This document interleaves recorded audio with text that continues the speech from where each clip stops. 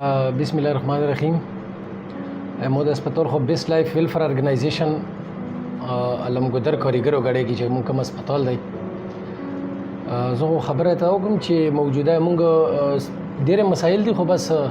کوشش کوو چې حل شي او حل کوو خپل کوشش کوو خو مین خبره موږ دا چې دلته خلک ډېر زیات غربت دی او دا وړ وړ بچي ټول مطلب دی چې په دا نشه کې گیر دي او ډېر بد حال دی خو خلکو ته پته لګیږي چې څوک دا خلک هند اوور کوي او کسي او لوجه کوي اسه بهر خلکو ته پته نه لګیږي. موږ ته زیات نه زیات مسله دی میډیسن دو ځکه چې دلته د خلکو دومره فیس نشي وروړی لکه کم ډیمانډ تی مونږ کوو کنه نو میډیسن داسې دی چې کچا سره داسې زه خو دا ریکویسټ کوم دغه خلکو ته چې که په میډیسن کې تاسو سواس کېږي برای مهرباني موږ سره دا هیلپ وکړو ځکه چې ډېر قیمتي میډیسن دی او هغه موږ پوره کولی نشو کوشش کوو ډېر زیات خو بیا هم مطلب دی چې ډېر غربت ته خلکو نه چې کم ډیمانډ مونږ کوو هغه فیس مونږ له نه راکولی شي او نه یې راکوي نو زه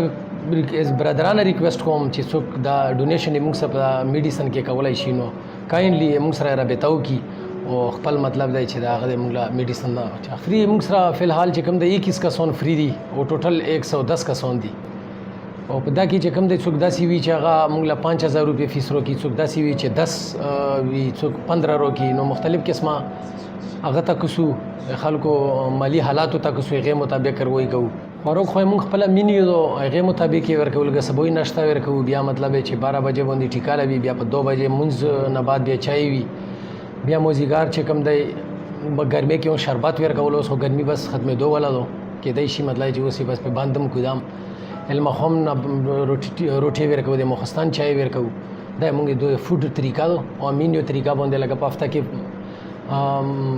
سبزی وي چینج کوي ورته لوبیا وغیره غوښه مې لا راوړو په هفته کې 2 ځلې دا خو ظاهره خبره وه خو ټولې دنیا ته پته چې یو سړی خپل یو زوی په کور کې نشي برداشت کولی موږ سره هلته 110 کسان دي که نه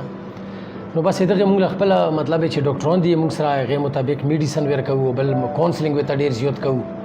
مفتی سے بیل راځي نو هغه مطلب چې ډېره خوري کوو موږ په مایند باندې مختلف قسمه حربې ورسره استعمالوو. دا ډرګ اډکشن یو داسې ډیزیز یو داسې بیماري ده د منشیاتو عادي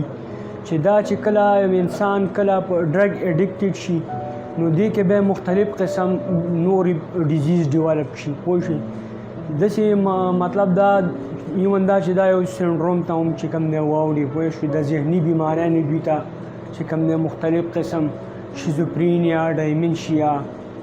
ډرګ انډیوس سایکوسس مختلف قسم بیماریان دي انزایټي دا د ډرګس په وجه باندې دوی ته چې کوم دی ډیولپ شي نو زمونږ چې کوم دی دلته موږ سره په سایکالوجست او سایکاټرسټ ډاکټر راځي په هر ویک کې چې کوم دی موږ سره چې کوم دی 2 ځلې راوند وي هغوی میډیسن چینج کوي نو دلته چې کوم دی دا خلک داسې دی چې مطلب دا دی چې ډېر زیات غربت دی او دومره